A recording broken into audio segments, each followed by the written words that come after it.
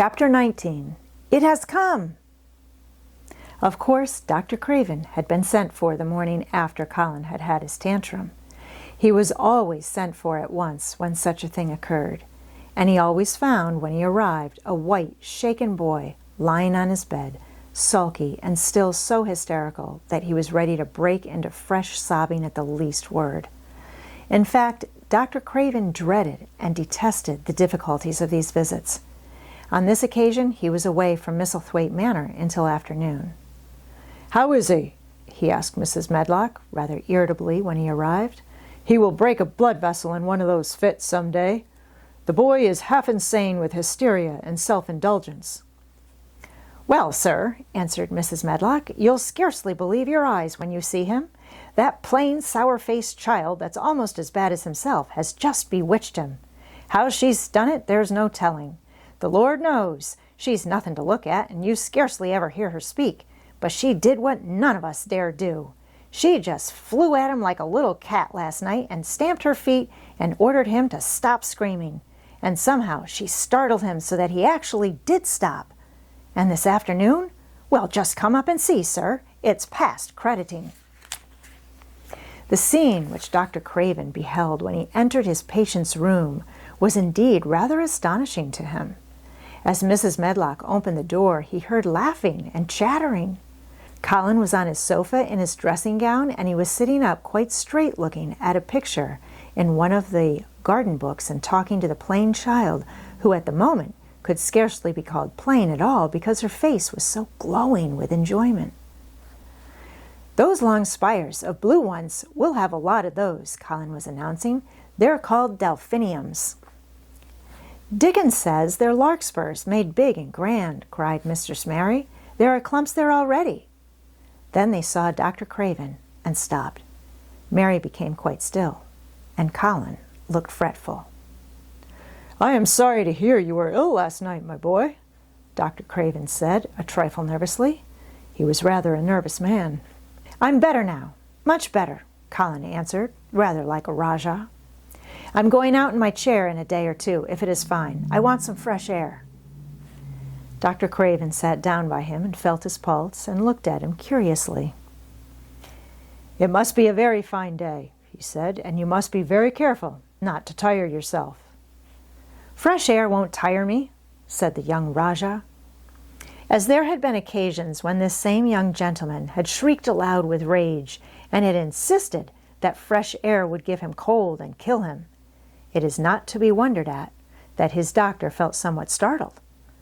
"I thought you did not like fresh air," he said. "I don't, when I am by myself," replied the Rajah, "but my cousin is going out with me." "And the nurse, of course?" suggested Dr. Craven. "No, I will not have the nurse," so magnificently that Mary could not help remembering how the young native prince had looked with his diamonds and emeralds and pearls stuck all over him, and the great rubies on the small dark hand he had waved to command his servants to approach with salams and receive his orders.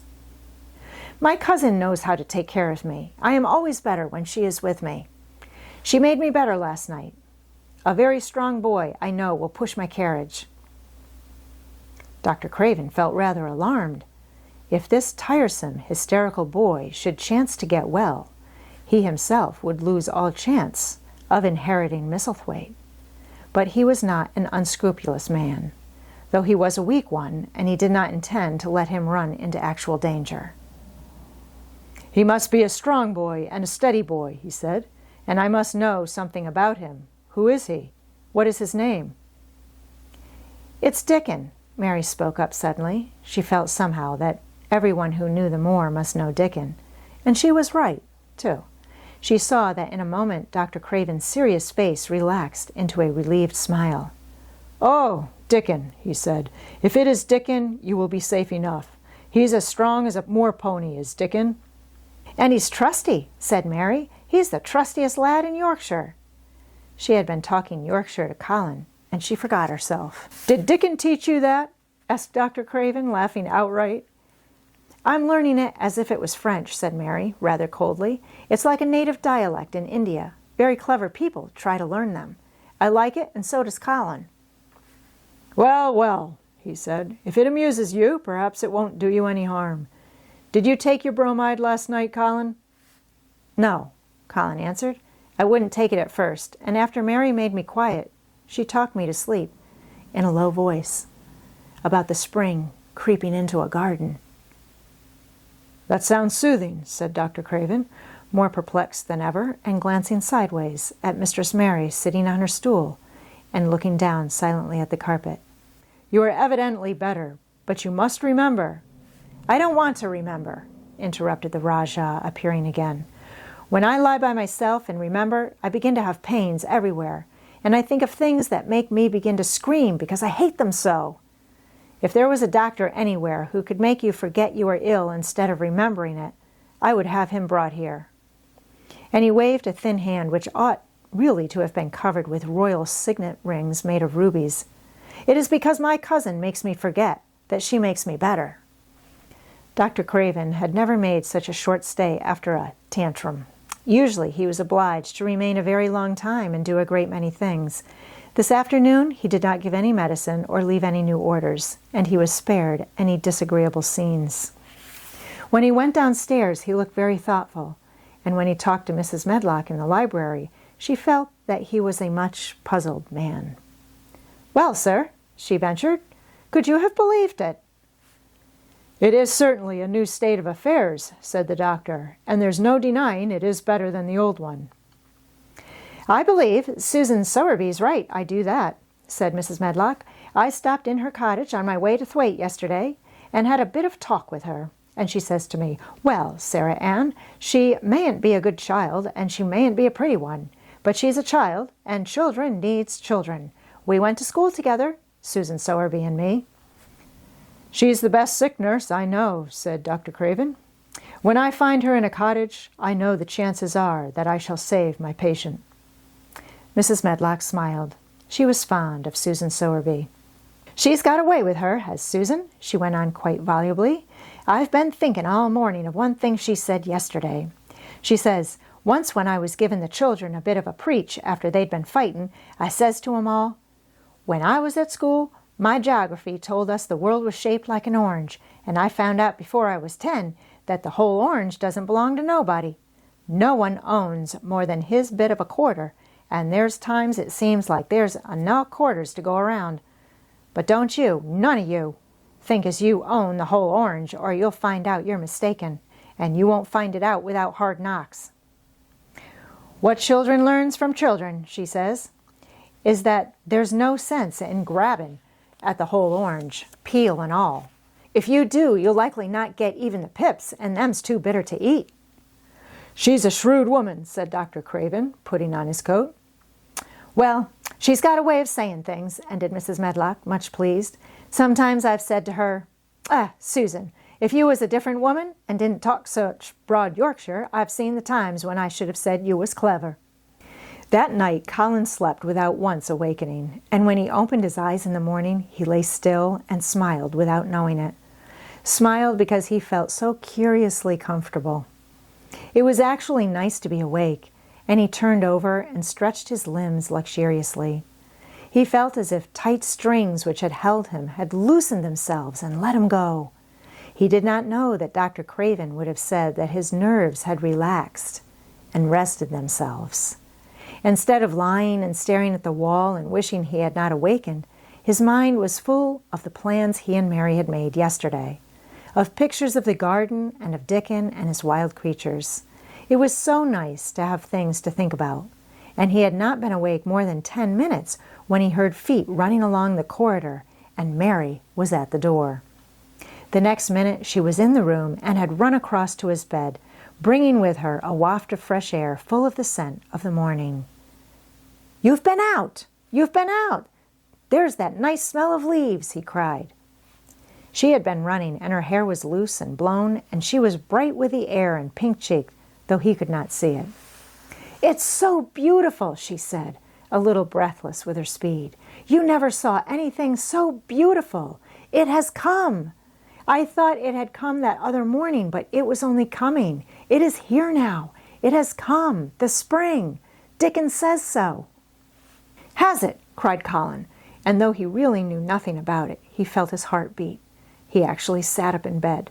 "Open the window," he added, laughing half with joyful excitement and half at his own fancy. "Perhaps we may hear golden trumpets." And though he laughed, Mary was at the window in a moment, and in a moment more it was opened wide, and freshness and softness and scents and bird songs were pouring through. "That's fresh air," she said. "Lie on your back and draw in long breaths of it." That's what Dickon does when he's lying on the moor. He says he feels it in his veins and it makes him strong, and he feels as if he could live forever and ever.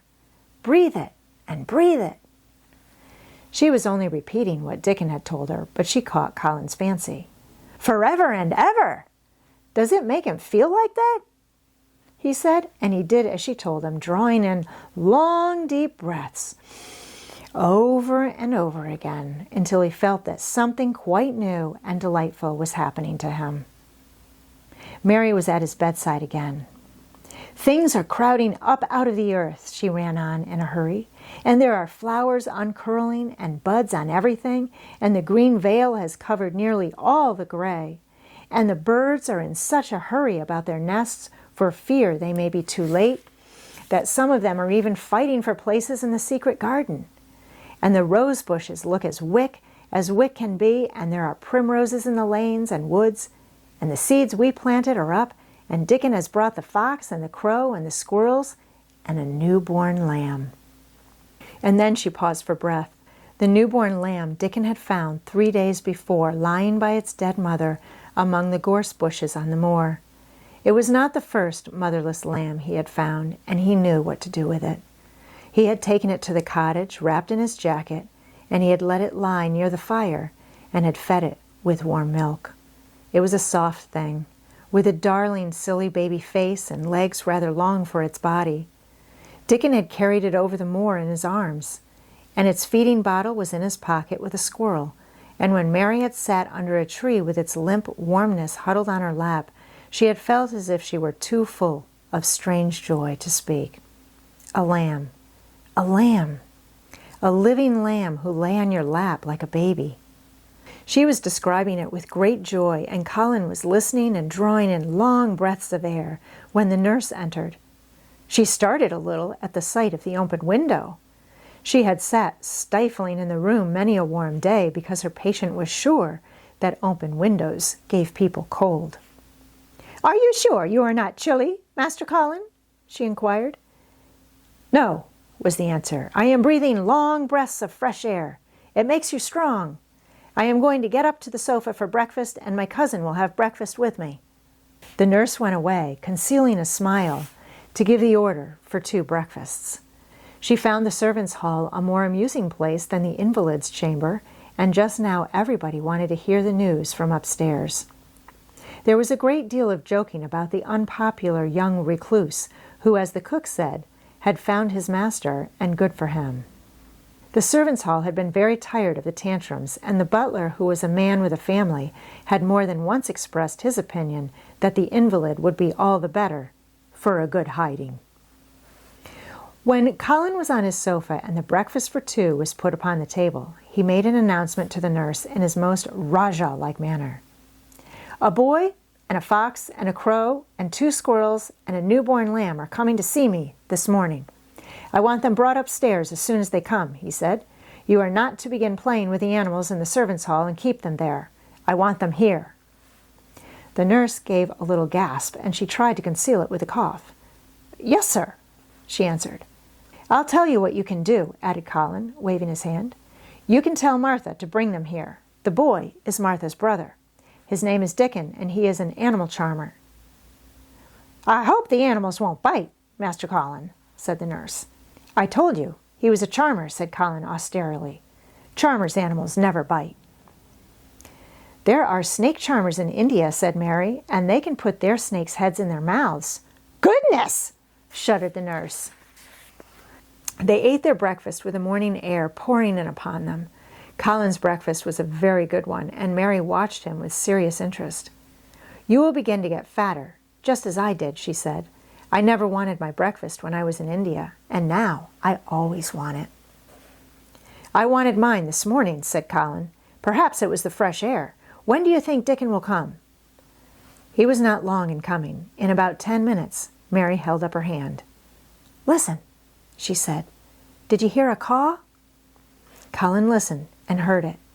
The oddest sound in the world to hear inside a house. A hoarse caw, caw. "Yes," he answered. "That's Soot," said Mary. "Listen again. Do you hear a bleat? A tiny one?" "Oh, yes," cried Colin, quite flushing. "That's the newborn lamb," said Mary. "He's coming." Dickon's moorland boots were thick and clumsy, and though he tried to walk quietly, they made a clumping sound as he walked through the long corridors. Mary and Colin heard him marching until he passed through the tapestry door onto the soft carpet of Colin's own passage. "If you please, sir," announced Martha, opening the door. "If you please, sir, here's Dickon and his creatures." Dickon came in, smiling his nicest wide smile. The newborn lamb was in his arms, and the little red fox trotted by his side. Nut sat on his left shoulder, and Soot on his right, and Shell's head and paws peeped out of his coat pocket. Colin slowly sat up and stared, as he had stared when he first saw Mary. But this was a stare of wonder and delight. The truth was that in spite of all he had heard, he had not in the least understood what this boy would be like, and that his fox and his crow and his squirrels and his lamb were so near to him, and his friendliness, that they seemed almost to be part of himself. Colin had never talked to a boy in his life, and he was so overwhelmed by his own pleasure and curiosity that he did not even think of speaking. But Dickon did not feel the least shy or awkward. He had not felt embarrassed because the crow had not known his language and had only stared and had not spoken to him the first time they met. Creatures were always like that until they found out about you. He walked over to Colin's sofa and put the newborn lamb quietly on his lap, and immediately the little creature turned to the warm velvet dressing gown and began to nuzzle into its folds and butt its tight curled head with soft impatience against his side. Of course, no boy could have helped speaking then. "What is it doing?" cried Colin. What does it want?" "It wants its mother," said Dickon, smiling more and more. "I brought it to thee a bit hungry because I knowed thou'd like to see it feed." He kneeled down by the sofa and took a feeding bottle from his pocket. "Come on, little un," he said, turning the small woolly white head with a gentle brown hand. "This is what there's after. That'll get more out of this than thou will out of silk velvet coats. There now." And he pushed the rubber tip of the bottle into the nuzzling mouth, and the lamb began to suck it with ravenous ecstasy. After that, there was no wondering what to say. By the time the lamb fell asleep, questions poured forth, and Dickon answered them all.